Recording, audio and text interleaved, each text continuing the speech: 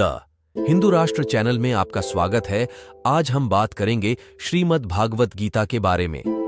आजकल हिंदू विरोधियों ने हमारी आस्था को ठेस पहुंचाने का कार्य शुरू कर दिया है। गीता में क्या लिखा है कभी पढ़े नहीं, लेकिन गलत प्रचार प्रसार किया जा रहा है जिसका विरोध कोई नहीं कर रहा। हमें आगे आना होगा, हमें रोकना होगा। तो इस वीडियो को ध्यान से सुने और समझे। गीता में श्री कृष्ण कहते हैं, इंसान के बर्बाद होने के बाद कारण है नींद, गुस्सा, दर्द, थकान और काम टालने की आदत। दुख क्यों होता है? दुख का कारण क्या है? यूं तो दुख हर इंसान के पास होता है। इस पृथ्वी पर कोई ऐसा इंसान नहीं है कि उसने दुखों का सामना न किया हो। कहते हैं सुख, दुख तो एक मित्र है। सूख जाता है तो दुख आता है और दुख जाता है तो सुख आता है। जैसे रात के बाद दिन आना तय है, वैसे ही आपके पास अगर दुख है तो भगवान पर विश्वास रखिए, सुख भी आना तय है। भगवत गीता में श्री कृष्ण कहते हैं, गीता के अनमोल वचन मनुष्य को जीवन जीने की सही राह दिखाते हैं। गीता जीवन में धर्म, कर्म और प्रेम का पाठ पढ़ाती है। गीता संपूर्ण जीवन दर्शन है और इसका अनुसरण करने वाला व्यक्ति जीवन में कभी निराश नहीं होता है, कभी दुख नहीं होता है। जय श्री कृष्णा। दोस्तों, आप हमारे चैनल पर पहली बार आए हैं तो चैनल को सबसे ग्राइंड करके कमेंट में जरूर लिखें, जय श्री कृष्ण। भगवान ने हमको मानव देह भगवत प्राप्ति के लिए दिया है, लेकिन माया के अज्ञान के कारण हमने एक बड़ी गलती यह कर्मी की, अपने को आत्मा होते हुए शरीर मान लिया। जिस प्रकार गणित में 2 + 2 में 4 के स्थान पर 5 लिख दें तो आगे का सब गलत हो जाता है। ठीक उसी प्रकार आत्मा के सही नातेदार भगवान को अपना न मानकर संसार के नातेदारों को अपना मानने पर हमको शरीर संबंधी दुख मिलते हैं। हम यह मानते हुए हैं कि हम शरीर हैं और जिनको इस जंग में हम नातेदार कहते हैं, उनमें आसक्ति होने के कारण अगले जन्म में वे ही हमारे नातेदार बनेंगे और यह नाटक अनादिकाल से अनंत बार से होता चला आ रहा है।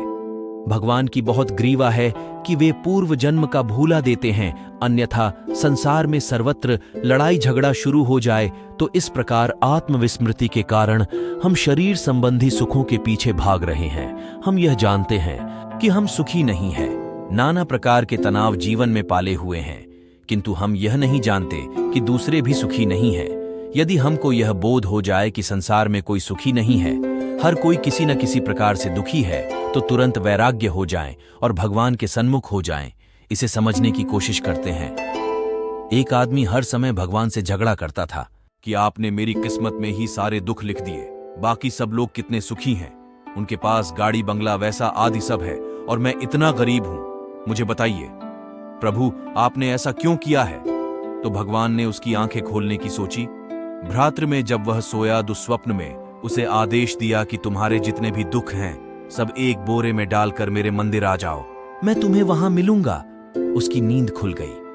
उसने भगवान की आज्ञा पालन करने का सोचा और उनका आदेश मानकर सारे दुख बोरे में भरकर सुबह अंधेरे अंधेरे घर से निकल पड़ा। वह क्या देखता है कि उसके अड़ोसी पड़ोसी सब एक एक बोरी लेकर आ रहे हैं।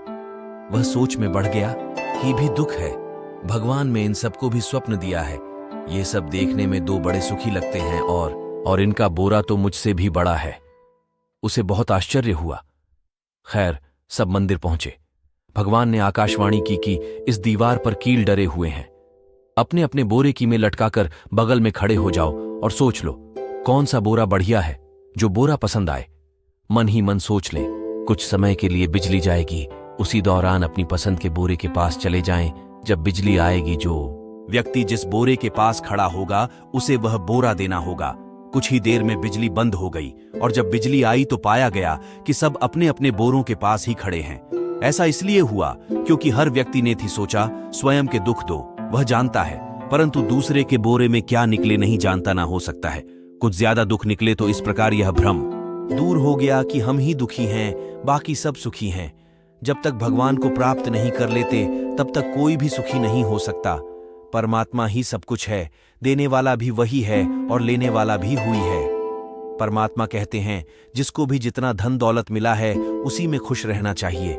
जिसको ज्यादा धन दौलत मिला है वह व्यक्ति अवश्य ही पिछले जन्म में जरूर कोई पुण्य किया होगा। गीता में लिखा है कि ज्यादा खुश या फिर ज्यादा दुखी होने पर निर्णय नहीं लेना चाहिए, क्योंकि यह दोनों परिस्थितियां आपको सही निर्णय नहीं लेने देती हैं।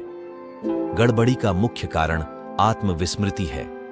यह गड़बड़ी तब ठीक होगी जब हम निश्चय करेंगे कि मैं शरीर नहीं, आत्मा हूं। तब आत्मा के सुख के लिए प्रयत्न करेंगे। हम छूने के पानी को मथ रहे हैं और मक्खन निकलने की आशा कर रहे हैं। इस बात से अनजान हैं कि मक्खन दूध दही से निकलता है। हम गर्ल जगह कोशिश कर रहे हैं, लेकिन मानव देह का महत्व समझते हुए अब भगवान को पाने के लिए तीव्र प्रयत्न करना होगा। भगवान तो हमारे अंदर ही है, सिर्फ मन से उन्हें प्रेम करना है। वह दिव्यानंद हमें प्राप्त हो सकता है और मानव देह सफल बना सकते हैं। जीवन भर कभी परिवार वालों पर, कभी मित्रों पर, कभी परिस्थिति पर दोषारोपण किया, किंतु कभी अपनी जिम्मेदारी नहीं मानी। हमारी भक्ति करने की अंदर से ही इच्छा नहीं है और हम परिस्थिति को दोष देते हैं। कोई भी परिस्थिति हमको बुरा कार्य करने को प्रेरित या पापात्मा नहीं बनाती है, बल्कि बात करने की मंशा हमको पापात्मा बनाती है। परिस्थिति हमको बनाती नहीं है, वह हमारी आंतरिक इच्छाओं को व्यक्त करने का अवसर देती है। परिस्थिति को ठीक करने के लिए हमको अपने मन से युद्ध करना होगा। मन को ठीक कर दिया तो बाहर की परिस्थिति अपने आप ही ठीक हो जाएगी। भक्ति में उधार नहीं करना चाहिए। अपने मन को नियंत्रण करके भगवत भक्ति में जुट जाना होगा। संसार को दोष देना व्यर्थ है, क्योंकि संसार ईश्वर का रूप है।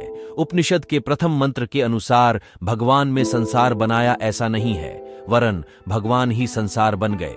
जैसे मकड़ी अपना जाल बनाने के लिए धागा अपने अंदर से निकलती है, अर्थात मकड़ी स्वयं धागा बन जाती है। वैदिक फिलॉसफी के अनुसार भगवान ही संसार के निमित्त एवं उपादान के कारण है। सुनिए, गीता में श्री कृष्ण ने क्या बोला है। श्री कृष्ण का कहना है कि मनुष्य को किसी भी परिस्थिति में हौसला नहीं आना चाहिए। जब तक आपकी सोच और विचार अच्छे नहीं हो जाते, तब तक आपके अच्छे दिन नहीं आते हैं। भगवान ने संसार बनाया और तत्व भी वे ही बन गए। संसार भगवान का ही रूप है। वार्ण का रूप होने के कारण इस संसार में कोई त्रुटि नहीं है। संसार बिल्कुल ठीक ठीक बनाया गया है, इस लक्ष्य से कि जीव अनादिकाल से माया अधीन है, दुख पा रहा है। दो ठीक ठीक उन्नति करके मायादी हो जाएं। परंतु लोग प्रश्न करते हैं कि यदि संसार भगवान का बनाया हुआ त्रुटि रहित है, तो फिर को दुख क्यों है, तरह तरह की बीमारियां क्यों हैं? हमारे जीवन में कष्ट और दुख की परिस्थिति इसलिए आदि है कि हम उसका सामना करते हुए अपनी उन्नति करें और जीवन में सफल बनेगा। ये समझे रहे कि जीवन में सफलता चालाकी से नहीं मिलती, बल्कि सहनशीलता, नम्रता, निष्ठा, कर्मठता, स्वच्छता और अपने अंदर का साहस बढ़ाने से मिलती है।